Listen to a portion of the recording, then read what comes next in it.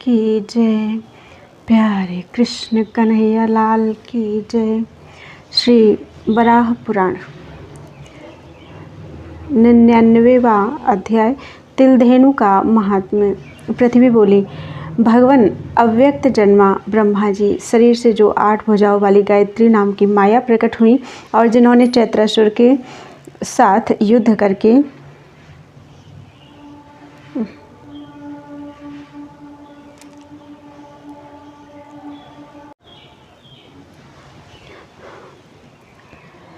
उसका वध किया, उन्हीं देवी ने देवताओं का कार्य सिद्ध करने के विचार से नंदा नाम धारण किया तथा उन्हीं देवी ने महिषासुर का वध भी किया। वही देवी वैष्णवी नाम से विख्यात हुई। भगवान, यह सब कैसे हुआ, क्या हुआ, आप मुझे बताने की कृपा करें। भगवान बराह कहते हैं, वसुंधरे, स्वयंभू मनवंतर में इन्हीं देवी ने मंदरगिरी पर महिषासुर नामक दैत्य का वध किया। फिर उनके द्वारा विंध्य पर्वत पर नंदा रूप से चैत्रासुर मारा गया। अथवा ऐसा समझना चाहिए कि वे देवी ज्ञान शक्ति हैं और महिषासुर मूर्तिमान अज्ञान है। देवी, अब मैं 5 प्रकार के पातकों का ध्वंस करने वाला उपाय कहता हूँ, सुनो। भगवान विष्णु देवताओं के भी देवता हैं। उनका यजन करने से पुत्र और धन प्राप्त होते हैं। इस जन्म में जो पुरुष दरिद्रता, व्याधि और कुष्ठ रोग से दुखी है, जिनके पास लक्ष्मी नहीं है, पुत्र का अभाव है, वह इस यज्ञ के प्रभाव से तुरंत ही धनवान, दीर्घायु, पुत्रवान एवं सुखी हो जाता है। इसमें प्रधान कारण मंडल में विराजमान लक्ष्मी देवी के साथ भगवान नारायण का दर्शन ही है। भगवान नारायण परम देवता हैं। देवी विधान पूर्वक जो उनका दर्शन करता है और कार्तिक महीने के शुक्ल पक्ष की द्वादशी तिथि के दिन आचार्य प्रदत्त मंत्र का उच्चारण करते हुए उन देवता का यजन करता है, अथवा संपूर्ण द्वादशी तिथियों के दिन या संक्रांति एवं सूर्य ग्रहण तथा चंद्र ग्रहण के अवसर पर गुरु के आदेशानुसार जो उनकी पूजा एवं दर्शन करता है, उस पर श्रीहरि तुरंत ही प्रसन्न हो जाते हैं। उसके पाप दूर भाग जाते हैं। साथ ही उस पर अन्य देवता भी प्रसन्न हो जाते हैं। इसमें कोई संशय नहीं है। ब्राह्मण, क्षत्रिय और वैश्य तीनों वर्ण भक्ति के अधिकारी हैं। गुरु को चाहिए जाति, शौच और क्रिया आदि के द्वारा 1 वर्ष तक उनकी परीक्षा करे। 1 वर्ष तक शिष्य गुरु में श्रद्धा रखते हुए उनमें भगवान विष्णु की भावना करके अचल भक्ति करे। वर्ष पूरा हो जाने पर वह गुरु से प्रार्थना करे, भगवान, आप तपस्या के महान धनी पुरुष विराजमान हैं और मेरे सामने प्रत्यक्ष हैं। हम चाहते हैं कि आपकी कृपा से संसार रूपी समुद्र को पार कराने वाला ज्ञान प्राप्त हो जाए। साथ ही संसार में सुख देने वाली लक्ष्मी भी हमें अभीष्ट है। विद्वान पुरुष गुरु की पूजा भी विष्णु के समान करे। श्रद्धालु पुरुष कार्तिक मास की शुक्ला दशमी तिथि को दूध वाले वृक्ष का मंत्र सहित दंत काष्ठ ले और उससे मुंह धोए। फिर रात्रि भोजन के बाद साधक देवेश्वर भगवान श्री हरि के सामने सो जाए। रात्रि में जो स्वप्न दिखाई पड़े उसे गुरु के सामने व्यक्त करना चाहिए और गुरु को भी इन स्वप्नों में कौन सा शुभ है और कौन सा अशुभ, इस पर विचार करना चाहिए। फिर एकादशी के दिन उपवास रहकर स्नान करके व्रती पुरुष देवालय में जाए। वहाँ गुरु को चाहिए कि निश्चित की हुई भूमि पर मंडल बनाकर उस पर 16 पंखुड़ियों वाला एक कमल तथा सर्वतोभद्र चक्र लिखे, अथवा सफ़ेद वस्त्र से 8 पत्र वाला कमल बनाकर उस पर देवताओं को अंकित करे। उस चक्र को फिर यत्न से उजले वस्त्र से ऐसा आवेष्टित करे कि वह वस्त्र नेत्रबंध अर्थात उस मंडल देवता की प्रसन्नता का भी साधन बन जाए। वर्ण के अनुक्रम से शिष्यों को मंडप में प्रवेश करने के लिए गुरु आज्ञा दें। शिष्य को हाथ में फूल लेकर प्रवेश करना चाहिए। 9 भागों वाले मंडल में क्रमशः पूर्व, अग्निकोण, दक्षिण, नैऋत्य, पश्चिम, वायव्य, उत्तर और ईशान आदि दिशाओं में लोकपाल सहित इंद्र, अग्निदेव, यमराज, निरति, वरुण, वायु, कुबेर और रुद्र की स्थापना तथा पूजा करें। मध्य भाग में परम प्रभु श्री विष्णु की अर्चना करनी चाहिए। पुनः कमल के पूर्व, दक्षिण, पश्चिम और उत्तर पत्रों पर बलराम, प्रद्युम्न, अनिरुद्ध तथा समस्त पातकों की शांति करने वाले वासुदेव की स्थापना करनी चाहिए एवं पूजा करनी चाहिए। ईशान कोण में शंख की, अग्निकोण में चक्र की, दक्षिण में गदा की और वायव्य कोण में पद्म की स्थापना एवं पूजा करनी चाहिए। ईशान कोण में मूसल की एवं दक्षिण में गरुण की तथा देवेश विष्णु के वाम भाग में बुद्धिमान पुरुष लक्ष्मी की स्थापना एवं पूजा करें। प्रधान देवता के सामने धनुष और खड्ग तारक की स्थापना करें। नवे दल में श्रीवत्स और कौस्तुभ मणि की कल्पना करनी चाहिए।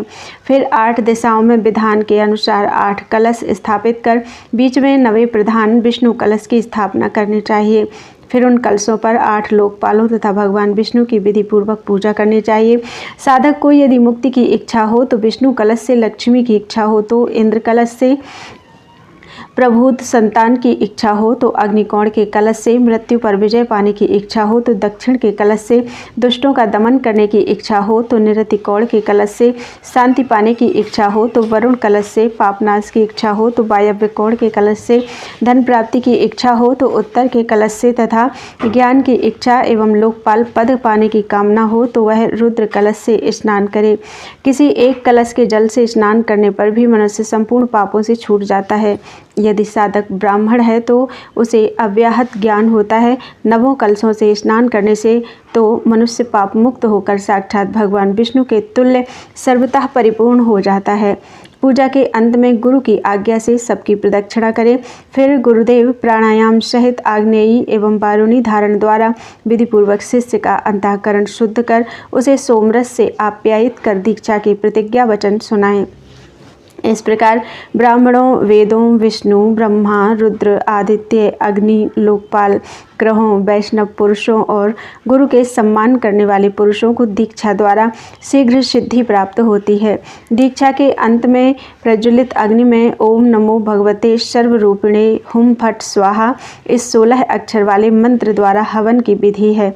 गर्भाधान आदि संस्कारों में जैसी हवन की क्रियाएं होती हैं वैसी ही यहाँ भी कर्तव्य हैं। हवन के बाद यदि दीक्षा प्राप्त शिष्य किसी देश का राजा हो तो वह गुरु के लिए हाथी, घोड़ा, सुवर्ण, अन्न और गांव आदि अर्पण करे। यदि दीक्षित साधक मध्यम श्रेणी का व्यक्ति है तो साधारण दक्षिणा दे। दीक्षा के अंत में साधक पुरुष यदि वराह पुराण सुनता है तो उससे सभी वेद पुराण और संपूर्ण मंत्रों के जप का फल प्राप्त होता है। पुष्कर, तीर्थ, प्रयाग, गंगा सागर संगम, देवालय, कुरुक्षेत्र, वाराणसी ग्रहण तथा विश्व योग में उत्तम जप करने वाले को जो फल होता है उससे दूना फल जो दीक्षित पुरुष इस वराह पुराण को सुनता है उसे प्राप्त होता है। प्राणियों को धारण करने वाली पृथ्वी देवी, देवता लोग भी ऐसी कामना करते हैं कि कब ऐसा शुभ अवसर प्राप्त होगा जब भारतवर्ष में हमारा जन्म होगा और हम दीक्षा प्राप्त कर किसी प्रकार से षोडश कलात्मक वराह पुराण सुन सकेंगे तथा इस देह का त्याग कर उस परम स्थान को जाएंगे जहाँ से पुनः वापस नहीं होना पड़ता। अन्नदान के विषय में महात्मा वशिष्ठ एवं श्वेत का सर्वदात्मक एक बहुत पुराना इतिहास, सच्ची कथा कही जाती है। वसुंधरे एलावृत वर्ष में श्वेत नाम के एक महान तपस्वी राजा थे। उन नरेश ने हरे भरे वृक्षों वाले वन सहित यह पृथ्वी दान करने के विचार से तपोनिधि वशिष्ठ जी से कहा, भगवान, मैं ब्राह्मणों को यह समूची पृथ्वी दान करना चाहता हूँ, आप मुझे आज्ञा देने की कृपा करें। इस पर वशिष्ठ जी ने कहा, राजन, अन्न सभी समय में पुण्य फल के स्वरूप सुख देने वाला है, अतः तुम सदा अन्न दान करो। जिसने अन्न दान कर दिया उसके लिए भूतल पर दूसरा दान कोई शेष ना रहा।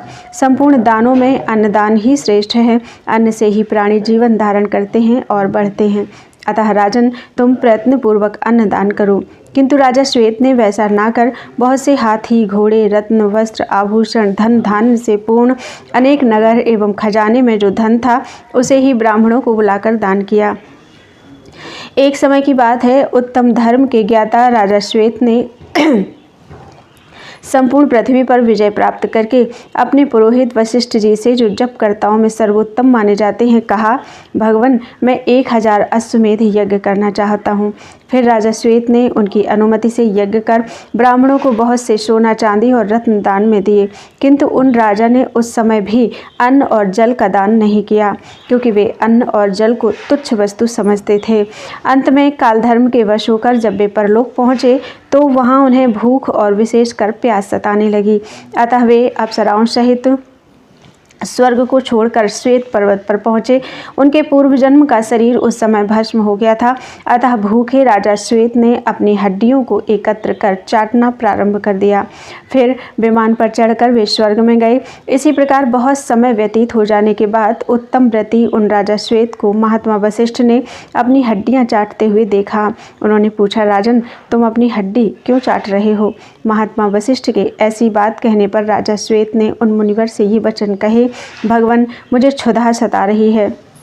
मुनिवर, पूर्व जन्म में मैंने अन्न और जल का दान नहीं किया, अतः इस समय मुझे भूख प्यास कष्ट दे रही है।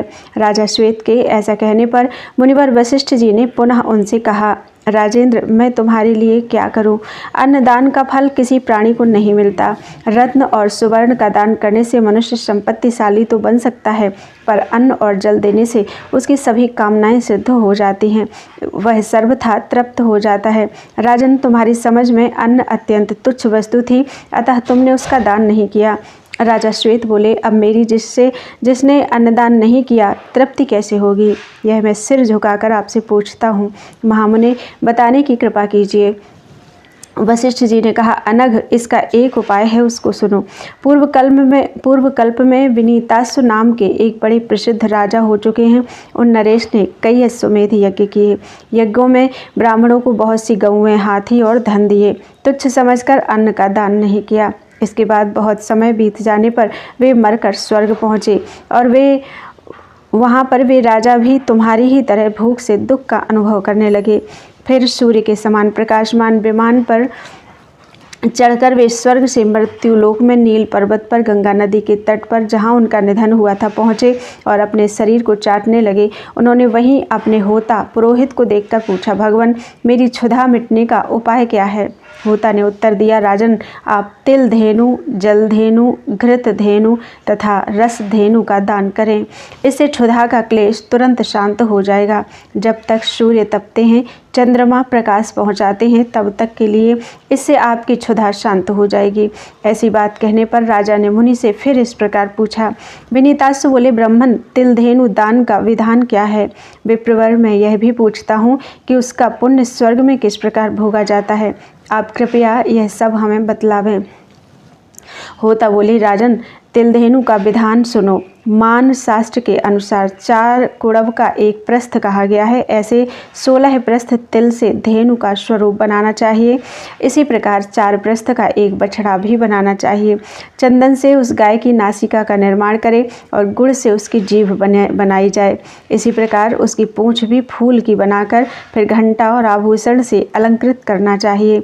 ऐसी रचना करके सोने के सींग बनवाए। उसकी दोहनी कांसे की और खुर सोने की हो, जो अन्य धेनुओं की विधि में निर्दिष्ट है। तिल धेनु के साथ मृग चर्म वस्त्र रूप में सर्वौषधि सहित मंत्र द्वारा पवित्र कर उसका दान करना सर्वोत्तम है। दान के समय प्रार्थना करें, तिल धेनु, तुम्हारी कृपा से मेरे लिए अन्न, जल एवं सब प्रकार के रस तथा दूसरी वस्तुएं भी सुलभ हों। देवी, ब्राह्मण को अर्पित होकर तुम हमारे लिए सभी वस्तुओं का संपादन करो। ग्रहीता ब्राह्मण कहे कि देवी, मैं तुम्हें श्रद्धा पूर्वक ग्रहण कर रहा हूँ, तुम मेरे परिवार का भरण पोषण करो। देवी, तुम मेरी कामनाओं को पूरी करो, तुम्हें मेरा नमस्कार है। राजन, इस प्रकार प्रार्थना कर तिल धेनु का दान करना चाहिए। ऐसा करने से संपूर्ण कामनाएं पूर्ण होती हैं। जो व्यक्ति श्रद्धा के साथ इस प्रसंग को सुनता या तिल धेनु का दान करता है अथवा दूसरे को दान करने की प्रेरणा करता है, वह समस्त पापों से छूटकर विष्णु लोक में जाता है। गोमय से मंडल बनाकर गोचर्म जितनी भूमि में धेनु के आकार की तिल धेनु होनी चाहिए। बोलो वृंदावन बिहारी लाल की जय। जल धेनु एवं रस धेनु दान की विधि। पुरोहित जी होता जी कहते हैं, राजेंद्र, अब जलधेनु दान का विधान बताता हूँ। किसी पवित्र दिन में सबसे पहले गोचर्म के बराबर भूमि को गाय के गोबर से लीप कर उसके मध्य भाग में जल, कपूर, अगरू और चंदन युक्त एक कलश स्थापित करें। फिर उस कलश में जलधेनु की धारणा कर इसी प्रकार के एक दूसरे कलश में बछड़े की कल्पना करें। फिर वहीं एक मंत्र पुष्पों से युक्त वर्धनी पात्र रखें। पूर्वोक्त कलश में दूर्वांकुर, जटामासी, उशीर, खस की जड़, कुष्ठ संज्ञक औषधि, शिलाजीत, नेत्रबाला, पवित्र पर्वत की रेणु, आंवले के फल, सरसों तथा सप्त धान्य आदि वस्तुओं को डालकर उसे पुष्पमालाओं से सजाना चाहिए। राजन, फिर चारों दिशाओं में 4 पात्रों की विशेष रूप से कल्पना करें। इनमें एक पात्र घृत से, दूसरा दही से, तीसरा मधु से तथा चौथा शर्करा से पूर्ण होना चाहिए। इस कल्पित कुंभमयी धेनु में सुवर्णमय मुख एवं तांबे के श्रृंग, पीठ तथा नेत्र की कल्पना करनी चाहिए। पास में कांसी की दोहनी रखें तथा उसके कुश के रोएं बनाएं और सूत्र से उसकी पूंछ की रचना करें। फिर पुनः वस्त्र, आभरण तथा घंटिका से उसे सजाकर शुक्ति से दांत एवं गुड़ से मुख की रचना करें। चीनी से उस धेनु की जीभ और मक्खन से स्तनों का निर्माण कर ईख के चरण बनाए तथा चंदन एवं फूलों से उस धेनु को सुशोभित कर काले मृग चर्म पर स्थापित करें। फिर चंदन और फूलों से भली भांति उसकी पूजा करके वेद के पारगामी ब्राह्मण को निवेदित कर दे। राजन, जो मानव इस धेनु दान को देखता और इस चर्चा को कहता सुनता है तथा जो ब्राह्मण यह दान ग्रहण करता है, वे सभी सौभाग्यशाली पुरुष पाप से मुक्त होकर विष्णु लोक में जाते हैं। राजन, जिसने सदक्षिण अश्वमेध यज्ञ किया और जिसने एक बार जलधेनु का दान किया, उन दोनों का फल समान होता है। इस प्रकार जलधेनु के दान करने वाले व्यक्ति के सभी पाप समाप्त हो जाते हैं और वे जितेंद्रिय पुरुष स्वर्ग को जाते हैं। पुरोहित होताजी कहते हैं, राजन, संक्षेप में अब रस धेनु का विधान कहता हूँ। लिपि हुई पवित्र भूमि पर काला मृग चर्म और कुश बिछाकर उस पर ईख के रस से भरा हुआ एक घड़ा रखे और फिर पूर्ववत ही संकल्प करें। उस घड़े के पास में उसके चौथाई हिस्से के बराबर एक छोटा कलश बछड़े के निमित्त रखना चाहिए। उसके चारों पैरों के स्थान पर ईख के 4 डंडे रखे और उनमें चांदी की 4 खुरियां लगा दे। उसकी सोने की सींग बनाकर श्रेष्ठ आभूषण पहना दे। उसकी पूंछ की जगह वस्त्र और स्तन की जगह घृत रखकर उसे फूल और कंबल से सजाना चाहिए। उसका मुख और जीभ शर्करा से बनाएं। दांत की जगह पर फल रखे। उस रसधेनु की पीठ तांबे की बनाएं और रोए की जगह फूल लगा दें तथा मोती से आँखों की रचना कर चारों दिशाओं में 7 प्रकार के अन्न रखे। फिर उस धेनु को सब प्रकार के उपकरणों से सुसज्जित तथा अखिल गंधों से सुवासित करना चाहिए। उसके चारों दिशाओं में तिल से भरे हुए 4 पात्र रखे। ऐसी धेनु समस्त लक्षणों से युक्त तथा परिवार वाले श्रोत्रिय ब्राह्मण को अर्पण कर दे। जिसे स्वर्ग में जाने की कामना हो, वह पुरुष नित्य प्रति रसधेनु का दान करे। इसके फलस्वरूप वह संपूर्ण पापों से रहित होकर स्वर्ग लोक में जाने का अधिकारी होता है। इसके दान देने वाले और लेने वाले दोनों को उस दिन एक ही समय भोजन करना चाहिए। ऐसा करने से उसे सोमरस पान करने का फल सब जगह सुलभ हो सकता है। गोदान के समय जो उसका दर्शन करते हैं, उन्हें परम गति मिलती है। सबसे पहले धेनु की पूजा कर गंध, धूप और माला आदि से अलंकृत करना आवश्यक है। भक्ति के साथ विद्वान पुरुष उस धेनु की प्रार्थना करे। श्रद्धा के साथ श्रेष्ठ ब्राह्मण को वह रस धेनु देनी चाहिए। इस दान के प्रभाव से दाता की अपनी 10 पीढ़ी पहले की और 10 पीढ़ी बाद की तथा एक 21वां व्यक्ति स्वयं, इस प्रकार 21 पीढ़ियाँ स्वर्ग को चली जाती हैं। वहाँ से पुनः संसार में आना असंभव है। राजन, यह रसधेनु का दान सबसे उत्तम माना जाता है। इसका वर्णन मैंने तुम्हारे सामने कर दिया। महाराज, तुम यह दान करो, इससे तुम्हें परम उत्तम स्थान प्राप्त होना अनिवार्य है। जो पुरुष भक्ति के साथ इस प्रसंग को सदा पढ़ता और सुनता है, उसके समस्त पाप दूर भाग जाते हैं और वह पुरुष विष्णु लोक को प्राप्त होता है।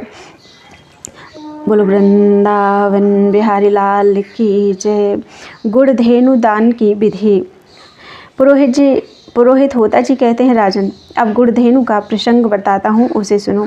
इसके दान करने से सभी कामनाएं सिद्ध हो जाती हैं। लिपि हुई भूमि पर काला मृग चर्म और कुश बिछाकर उस पर वस्त्र फैला दे।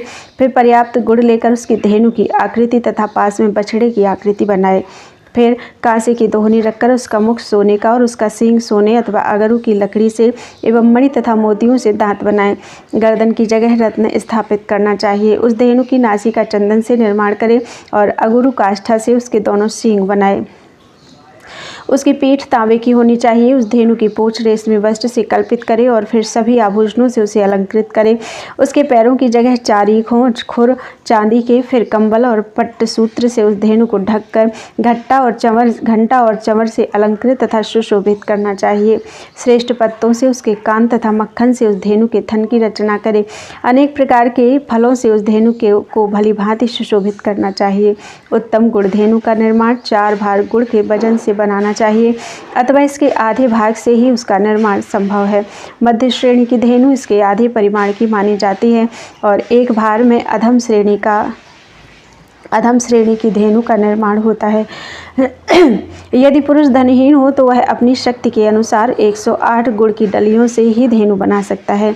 घर में संपत्ति हो तो उसके अनुसार इससे अधिक मात्रा में भी बनाने का विधान है। फिर चंदन और फूल आदि से उसकी पूजा कर उसे ब्राह्मण को दान कर दे। चंदन पुष्प आदि से पूजा करने के पश्चात घृत से बना हुआ नैवेद्य एवं दीपक दिखाना अति आवश्यक है। अग्निहोत्री और श्रोत्रिय ब्राह्मण को गुड़धेनु देना उत्तम है। महाराज 1000 सोने के सिक्कों सहित अथवा इसके आधे या आधे के साथ गुड़धेनु का दान किया जाए अथवा अपनी शक्ति के अनुसार 100 या 50 सिक्कों के साथ भी दान किया जा सकता है।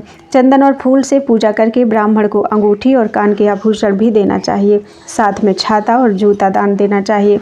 दान के समय इस प्रकार प्रार्थना करें, गुड़धेनु तुम में अपार शक्ति है, शुभे तुम्हारी कृपा से संपत्ति सुलभ हो जाती है।